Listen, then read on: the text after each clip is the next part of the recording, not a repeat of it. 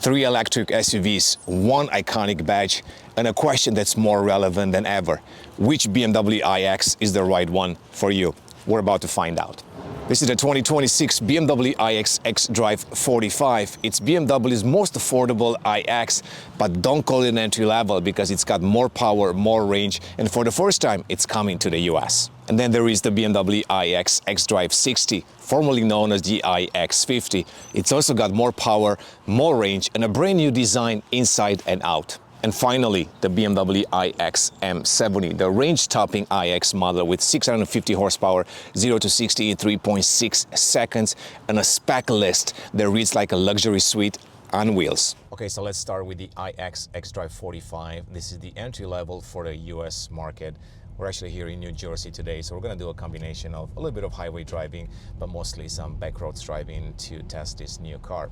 So what's special about the iX xDrive 45? First off, it's the most affordable option on the iX lineup, but it also comes with a lot of the features that you will get in the iX 60 and iX M70, for example, the air suspension. That's one feature that I absolutely encourage people to get it in the iX because it changes completely the driving experience from the steel suspension that you get in the base package.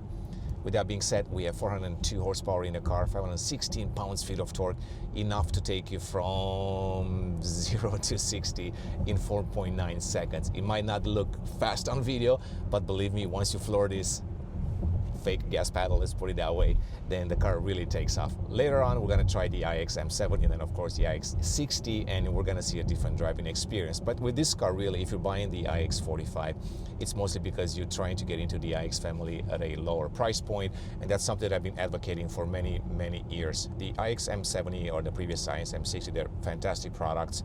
I've already tried the iX M70 in Europe, but of course they are a lot more expensive. This car starts in the 70,000 range, of course, with options and all of that. It will add up quite a bit, but it is definitely a good entry level for the US market because we're not getting the iX1 here, we're not getting the iX2, and of course we're not getting the previous iX3. So if you're looking to stay within the BMW family, then this is your only option at an affordable price in the US market unless you go to the Mini Countryman. The best way to describe the iX, and especially this new one, it's a 7 Series of the SUV lineup, especially the electric lineup, because one, it is a very comfortable drive, especially because it is air suspension like I mentioned, but also inside you will notice how quiet this cabin is. I remember doing a test in Barcelona at about 55 miles per hour, and I think the average that I got was about 65 decibels, which is extremely quiet for a car that's not really meant to be a 7 Series. This iX also comes with the active integral steering, so of course that makes a huge difference if you're driving in city center. I've had a chance to drive the iX M60 previous generation in Chicago quite a bit, and honestly that rear steering makes a huge difference in city centers because not only you can maneuver this big car effortlessly, but you can also park a lot easier with that. So that's another feature that I absolutely recommend in the car. And while performance and luxury items are quite important in a car like the iX, of course the range is probably the decisive factor when it comes in buying this car. And this one comes with a 100 kilowatts hour battery pack, so a little bit smaller than the iX X60 and also the iX M70, but that's enough to give you about 312 miles of range on the EPA rating. Of course the WLTP rating is a little bit higher as always. The other difference compared to the iX60 and the M70, it's the charging capability, only 175 kilowatts. The other two get 195. I guess in real life charging conditions, it's probably a difference of a few minutes. Honestly, I do wish that we would go a little bit higher with this car. Of course, that makes a difference if you're trying to do some snack charging, but overall, if you have a level 2 charger at home, you're not going to notice any difference unless you go into a fast charging station where maybe a couple of minutes will make a difference for you. The other thing that you're getting in all the new iX models, it's this new seat. So this is the new M multifunctional seat, essentially M Sport seats, something I've been asking for since I've had my iX M60. I felt like, especially in that car, you definitely need some sport seats because the sideboard support was just not good enough if you were going for a long distance drive, or especially if you're trying to corner some of these nice back roads. The other big change in the car that I absolutely love, it's the fact that they've extended the thigh support. I'm 6'2", so I'm quite tall, and I recall having the iX M60 and I struggled quite a bit because I felt like the thigh support was just not there. In this car, they've extended extended the seat by about 3 centimeters, so that's about 1.5 inch maybe. But what they've also done to make the seat a bit more comfortable, they angled up the seat, so right now you don't feel like you're sliding as you're driving. The best test that I've done with the iX M60 was really this: just put your phone in between your legs. If it doesn't slide down, then you do have these new seats. Of course, with the new lineup, you can still get the older seats. So if you don't want to pay for the extra option, you do have the option to get the older seats. I believe the iX M7 is the only one that comes standard with the new M Sport seats. So that's probably the biggest change inside the car, because other than that, nothing else has really changed, aside from the round steering wheel, which actually came into production last year. It wasn't a big announcement, but you were able to order the round steering wheel in the iX family as of last year. I also do enjoy the material on the seats. It's this combination of microfiber with Alcantara. And speaking of Alcantara, you do have that option on the dashboard as well. And of course, if you get the M Sport package, you will get the M logo as well. So to make the new BMW iX a little bit more efficient, BMW implemented a few small but effective changes. So let's start with the headlights. There are no more laser lights offered in the BMW iX family, regardless of which product you're picking. Right now you're getting these LED headlights, which are actually a little bit more efficient than the laser lights.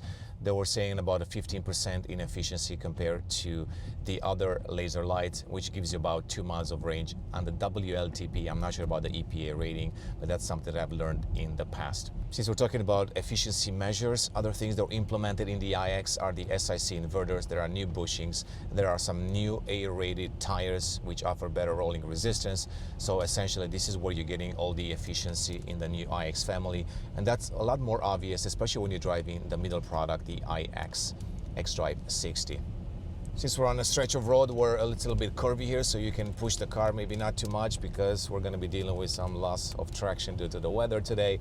But honestly, it drives like the previous iX in many ways. They haven't done any huge changes when it comes to the driving experience. I was told that they've managed to make the gap between the comfort mode to the sport mode a little bit wider. So essentially something that we've seen on all the new BMW products.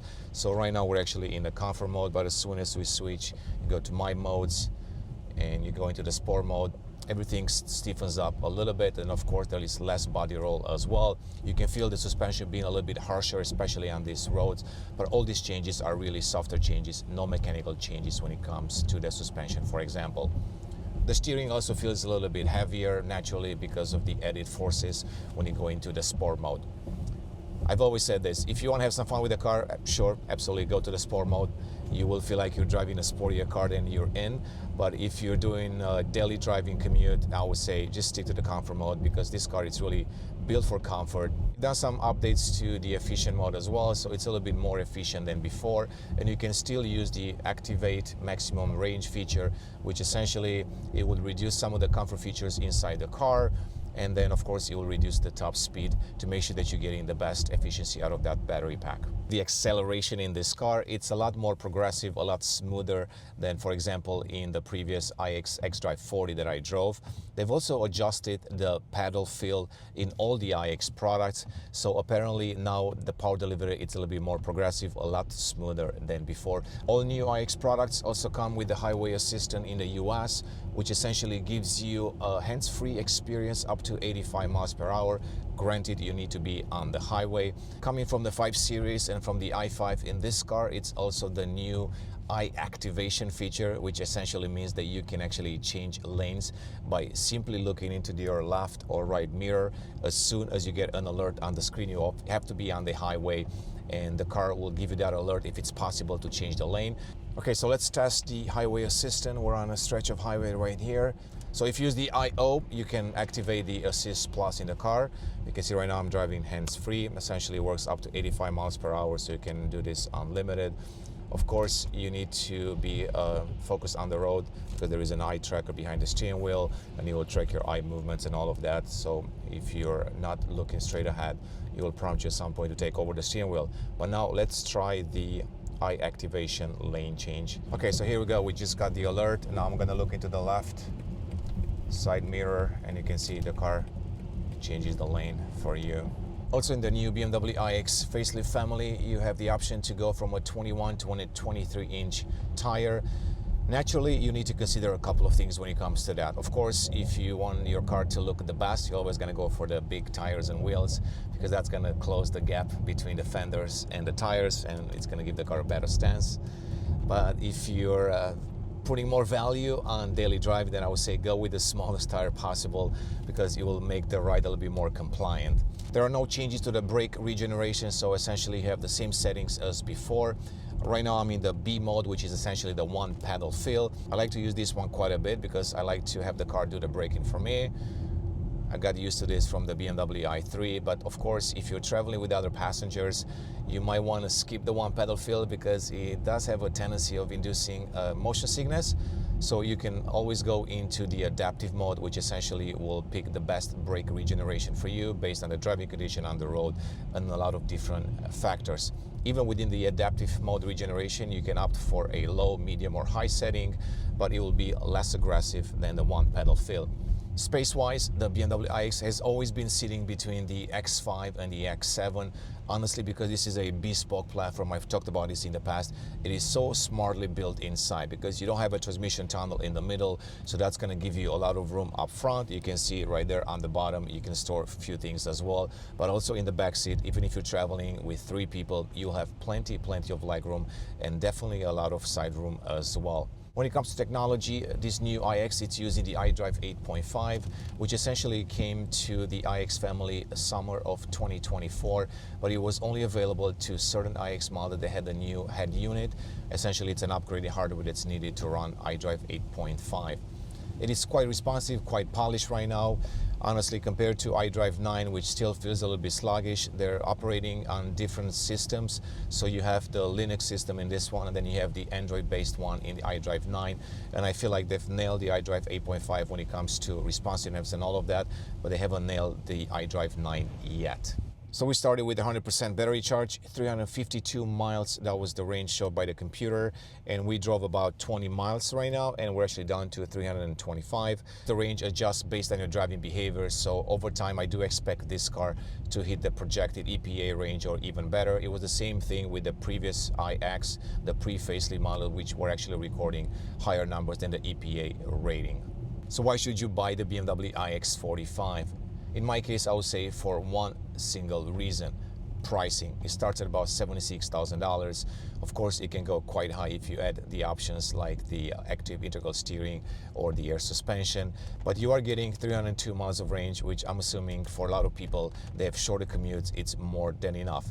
All right, so now let's switch into the iX60 and see how it compares to the 45. And then for the ride back, we're gonna hop into the iX M70, and we're gonna do some spirited driving because that car, it's all about that. Okay, so swapped into an iX xDrive 60. This one is replacing the xDrive 50 model. And of course, it comes with a bit more power for a total of 536 horsepower and 564 pounds-feet of torque. 0 to 60 in 4.4 seconds, about 0.5 seconds faster than the xDrive 45 that I just drove. The bigger story with this car, it's really the range. This car is rated at an astonishing 364 miles of range on the EPA standard, which is quite good comparing to the xDrive 50. I'm riding on 22-inch wheels and tires, and naturally that will have an effect on the EPA range, so that might vary. Design-wise, it's really identical to the xDrive 45. You're getting the same kidney grille design with the slanted slats in there. Inside, you're also getting the M Sport seats, as you can see right here, combination of microfiber and Alcantara. And then, of course, you can spec it a little bit more or a little bit different than the xDrive 45. I believe there are a few more options compared to that car. But other than that, really identical car inside and out. Sitting in the middle of the range, it's priced that way as well. It starts at $89,000, give or take, compared to the $76,000 that you're getting for the xDrive 45 and $111,000 for the iX M70, which we will drive next. You do get a bit more power, so you will feel that as you drive. Naturally, the difference is still pretty small, 0.5 seconds, so unless you're doing a little bit of a spirited driving, you might not notice that in city driving. Same air suspension as in the F45. You're getting also the rear integral steering in this car as well. So once again, same benefits as in the 45. Cornering might feel a bit more sporty because of the extra horsepower and the extra pounds-feet of torque. But once again, you're not buying this car to go to the track. You're buying this car as a family car, as a good daily driver. See, the car, it's quite capable. We're not even in the sport mode yet, so it's a little bit softer. Once again, the comfort mode was designed to be on the softer side of things, wider gap between comfort and sport. Let's try the sport mode once again. It's like on the 45. The softer tuning changes, so I can feel the suspension being a little bit harsher, steering a little bit heavier, and overall the chassis stiffens up, so you're not getting the same body roll. So really similar driving dynamics, maybe a little bit faster than the 45 at a first glance. You can see the car turns in nicely. It's actually quite composed on the road, even though it's slippery out there. It doesn't break traction at all. I'm running on summer tires, so performance tires. And once again, what you'll notice with the iX, it's really the air suspension. I'm going to say this one more time because I mentioned in the 45 section as well. It is really, really, really good. Like, I would not buy the iX without the air suspension. If there is one feature that I will pay extra, will be the air suspension. I would skip any audio upgrades or anything else, but I would absolutely get this one. Keep in mind, this is still a pretty heavy and pretty big car, but honestly, the combination of that instant torque and the really good chassis, it will make for a very, very fun drive. The big story with this car will be the range, and that will be the true test when you get the car for maybe a few weeks at a time to do a full test. I have a feeling that I should be able to beat the 364 EPA rating. Right now it's showing 2.5 kilowatts. That's the efficiency on this car. I was getting 3.2 in the BMW xDrive 45. This one has a larger battery pack, 113 kilowatts hour versus 100 kilowatts hour in the xDrive 45. Essentially, the xDrive 60 has the same battery capacity as the iX M70. The other difference compared to the xDrive 45 is the charging capacity. You're going up to 195 kilowatts, which I believe gives you a charging time of about 30 minutes from 10 to 80%. Just like you expect in an expensive BMW, you are getting massaging seats. You're able to also use the cooling feature for your seats as well. This material is actually quite nice. It's a combination of Alcantara and microfiber, and it does look quite luxurious even though it's not a full leather combination.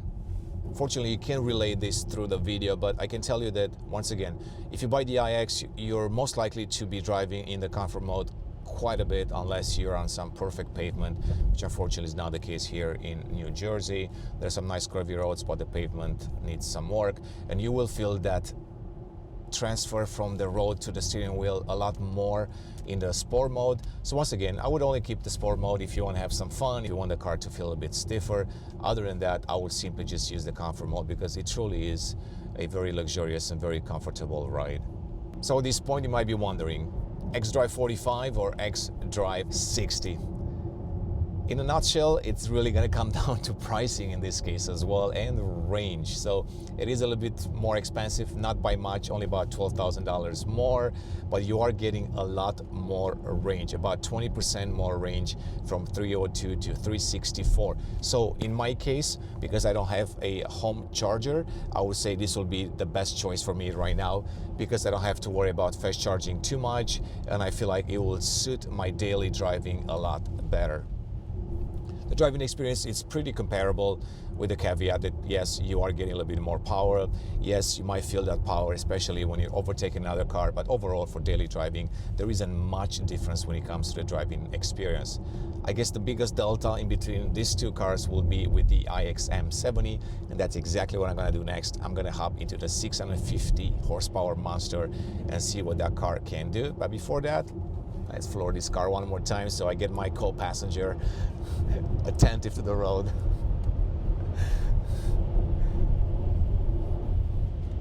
We'll see you in the iX M70. So the final puzzle piece is the iX M70, brand new car replacing the iX M60. In typical BMW fashion, you are getting more horsepower because M70, it's bigger than M60. So 650 horsepower, 0 to 60 in 3.6 seconds. The torque hasn't changed, still over 800 pounds-feet of torque, and you will feel that especially when you're trying to floor the accelerator in this car. But for now, we're gonna go through this nice bend roads here and see what the car can do. I'm in the comfort mode right now, so once again, same thing as with the other cars, more gap in between the driving modes, and you feel this quite a bit here, especially with this pavement and the elevation changes. You can feel the car being a little bit softer, a little bit more floating on the road. But in a second, we'll switch into the sport mode and see how that changes. So who's the customer for the M70? Well, just like the M60, it's really not a full-fledged M car. They call it an M performance automobile, but compared to, like, let's say an M340i or an X3 M40i, there is less M work done on the car. Essentially, you are getting a few M badges here and there.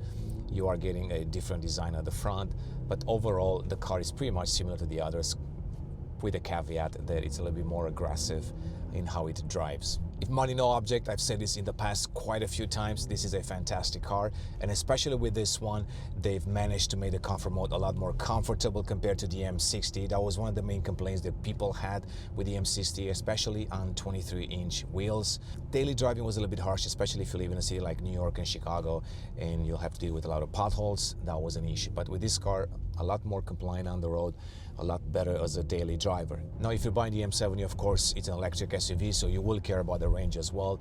It's a little bit more than the M60. I believe that one was rated somewhere around 285, 290 miles per hour on the EPA. This one gets 303. So compared to the iX xDrive 60, of course, it's a little bit lower because of the added power and torque. And the charging capability is the same, 195.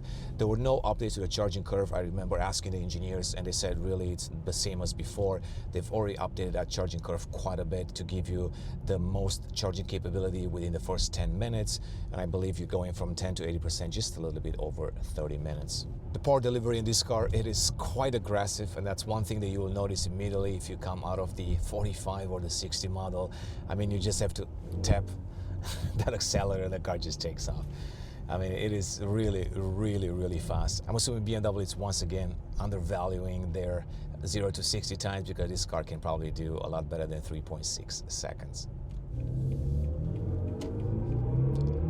So as you can see right here, I mean, you're going from standstill to 70 miles per hour quite fast. Of course, I've said it with the M60, there is a lot of power. You're unlikely to use all this power. But once again, this is the car that you're buying when money doesn't matter to you, when you have too much money to spend. Of course, you would want to get this car. I think overall, even the comfort mode, you can feel there is a difference between the iX M70 and the iX 60, for example. You can feel that the comfort mode, it's a lot more aggressive, a lot sportier than the other ones. The edge of this driving mode will be the sport mode, which you can customize a little bit, but that will be the top driving experience, and I'm gonna change into that right now. And same thing as before, everything stiffens up from the softer side of things, and now you can feel that the car is a bit more planted on the road, less body roll. With the M70 model, you have the same option between a 21, 22 or a 23-inch wheels. That's going to affect the EPA rating just like on the other cars, and it's going to affect the ride quality as well.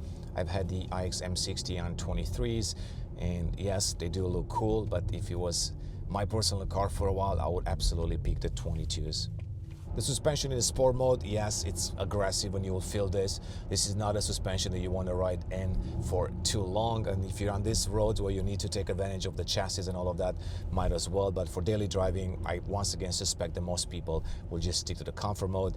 And this is why they decided to make that a little bit softer than on the M60. Even though the geometry of the steering is the same across the entire lineup, you do feel a bit more weight in this one. That's the nature of the M70. Still a bit artificial, a bit dead off center, but overall, you're getting some decent feedback from the road. In the air suspension, it is brilliant. I mean, going over these imperfections here, going over elevations, it just absorbs the road so nicely. It turns in nicely. We can see right here, I can feel that rear steering doing the work as well to keep you on the road without getting in trouble, even though I'm not pushing the car too hard. But you can feel the intervention of that rear steering when it's needed. Then of course the integral active steering helps quite a bit with motion sickness, especially if you have people traveling with you in the back seat. It's absolutely a nice feature to have.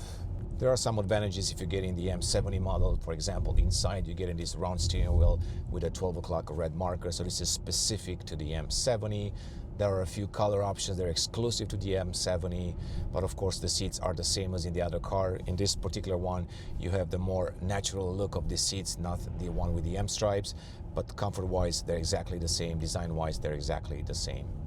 We're gonna do a quick noise test in the car. So as you can see, 66.4 decibels. Of course, it's not entirely accurate, but I've used this app in the past and I compare it to actual sound meter devices and it's within the margin of error. So it's a very, very quiet cabin. So in the end, there isn't much to say about the iX M70 other than the fact that it's a worthy successor of the M60. It's exactly what you'd expect with these minor changes which make the car a little bit better as a daily driver than before. If you haven't seen my previous iX M60 videos, there is one thing that I mentioned across all of them, that the iX is one of my favorite, if not my favorite BMW today. And it's a very odd answer, especially when somebody expects from you to say like an M2, an M3 or any other of the M cars. But essentially I love the iX because one, it's all electric and I love electric cars. I have an i4 as my daily driver as well. I had plenty of i3s and I feel like the iX was the perfect daily driver for a family. It's all electric, something that you're not able to get in the X7. You're not even able to get the plug-in hybrid. And then second of all, it is really, really a nicely done car, especially when it comes to the interior design. Once again, I mentioned a little bit earlier today, quite spacious, quite capable of accommodating 5 people and with a lot of bags as well. So don't be surprised if you see me in the future praising this car once again, because I feel like these small increments that BMW have applied to the iX family have really turned this car into a very, very solid product. Unfortunately, it's a one-trick pony, so we're not going to see a successor to the BMW iX. Based on what I know, we will see things like the iX5, iX6, and iX7. All these 3 products will be built on a CLAR platform, which means that it's similar to what we get today, more of a conversion type of platform. Of course, with the Neue Klasse technology, meaning you will get the new batteries and the new motors. But overall, I believe this will go down as a future classic in many ways when it comes to the electric lineup with BMW, because I don't foresee BMW doing a big SUV like this on a purely electric platform for quite some time. If you do buy this car, I absolutely recommend getting the dynamic handling package, which in the US comes with a 2-axle air suspension and also with the integral active steering. And that's something that I think it will make a difference in daily driving, not only because the suspension it's a lot more compliant, a lot better than the steel suspension, but also because it will deal with potholes a lot better, especially on roads like this. And then of course the integral active steering, it helps quite a bit at low speeds, but also at high speeds. And if you live in a city like New York or Chicago where parking can be problematic, with a big car like this one, that will make parking a little bit more comfortable, a bit easier for you. So in the end, which BMW iX is the right choice for you? Let's start with the BMW iX xDrive 45.